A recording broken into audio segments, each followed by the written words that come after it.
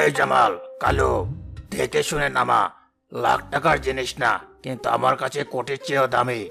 এই ফ্রিজের গায়ে একটা আঁচড় লাগলে তোদের 1 মাসের বেতন কাটা যাবে, মনে রাখিস। জি স্যার, আমরা খুব সাবধানে নামাচ্ছি। জিনিস তো না, যেন একটা আলমারি। জীবনে এত বড় ফ্রিজ দেখেনি চাচা। দেখবি কি করে? এই মডেল সারা উপজেলায় আর দ্বিতীয় পিস নেই। একেবারে ঢাকা থেকে অর্ডার দিয়ে আনিয়েছি। 350 লিটার। বুঝেছিস কিছু?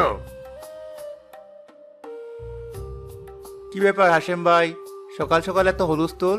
বাড়িতে নতুন কিছু আসলো? আহ, আহ, আহ। আরে মতিন ভাই, আসেন আসেন। দেখেন, আল্লাহর রহমতে একটা নতুন ডিপ ফ্রিজ কিনলাম। কোরবানির ঈদ তো চলেই এলো। প্রতিবার গোস্ত রাখতে গিয়ে যে কি হয়রানি, এইবার আর সেই চিন্তা রাখিনি। আপনাদের ভাইয়ের শখ তো কম না মতিন ভাই। বললো এবার এমন গরু আনবো যে তার গোস্ত রাখতে আলাদা একটা ঘর লাগবে। ঘর তো আর বানানো গেল না, তাই একটা ফ্রিজই কিনে ফেললেন। মাশাল্লাহ ভাবি, আল্লাহ আপনাদের আরো দিক। তা গরুকে দেখা হয়েছে? গরু?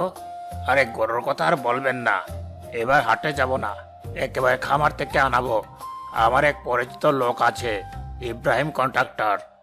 তাকে বলে দিয়েছি সারা দেশের সেরা গরুটা যেন আমার জন্য রাখে। দাম যাই হোক, কোনো সমস্যা নেই। টাকা তো কামাই করি খরচ করার জন্য। এবার কোরবানির পর আমার বাপের বাড়ির সব আত্মীয়কে দাওয়াত দেব। আমার বড় ভাই ঢাকায় থাকেন, উনিও আসবেন। দেখবেন তার বোনের জামাইয়ের মুরত কেমন।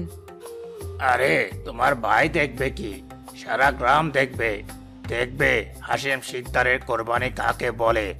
কোরবানির গোস্ত শুধু 3 দিন না, আগামী 6 মাস ধরে খাবো।